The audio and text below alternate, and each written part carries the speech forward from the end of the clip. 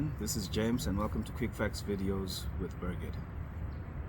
South Africa's beverage market slowed down in growth to 3% in 2023 versus 8% in 2022. The market is still significant as it generated just under 200 billion. I think one of the key reasons for the slowdown in growth were increased load shedding, which limited the sector's potential to produce as well as sell as much as it wanted to when you compare 2023 to 2022. During the first 4 months of 2024, there's been a reversal in the slowdown in growth, with sales increasing by just over 10% when compared to the first 4 months of 2023.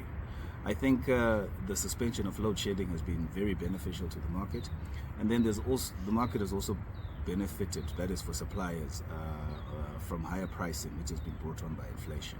So there has been an improvement, and this is attributed to the fact that load shedding has been suspended, or a lot of the leading beer brewers have invested more in alternative energy sources. In terms of the local beer market, and regarding the country's two largest brewers, there was mixed fortunes. So for example, with SAB, they recorded double-digit growth, single-digit profit growth, and their sales were anchored by their leading brands, their flagship brands, which were Castle Light, Black Label, as well as Castle. And they also had significant sales growth, over 30% for their global brands, which included Stella Artois and Corona. Heineken, on the other hand, had a difficult year, and this they attributed mostly to a rise in inflation. However, a positive for them is that they were able to maintain or enhance their leadership position within the cider space, supported by Savannah. Going forward, for beer brewers, that is the larger brewers as well as the craft brewers, I think one of the most important things to continue doing is spend more on raising brand awareness. But this spend should be aligned to consumer preferences, what they prefer, as well as where they are usually found. I think another thing that needs to be done is spend more on sponsoring events. It has contributed to some brands becoming staples within the local marketplace.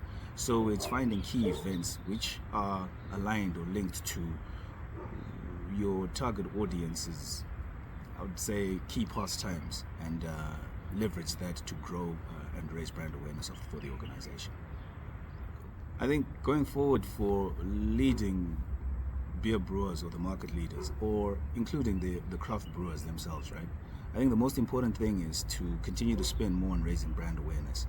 But then brand awareness should be linked to understanding or knowing your audiences, your target audiences, and their consumption preferences. I think that's very important.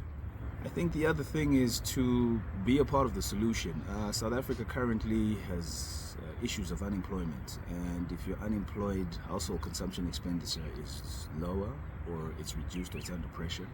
So even if it comes to issues such as sponsoring social entrepreneurship, these are things that brewers can get actively involved in and contribute to, employment creation, growth of the economy, and indirectly benefit through people consuming more beer, albeit in a responsible manner.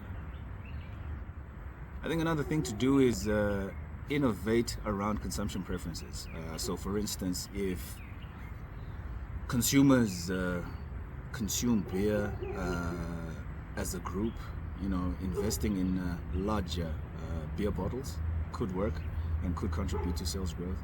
And then I think another important thing is to be a responsible corporate citizen, supporting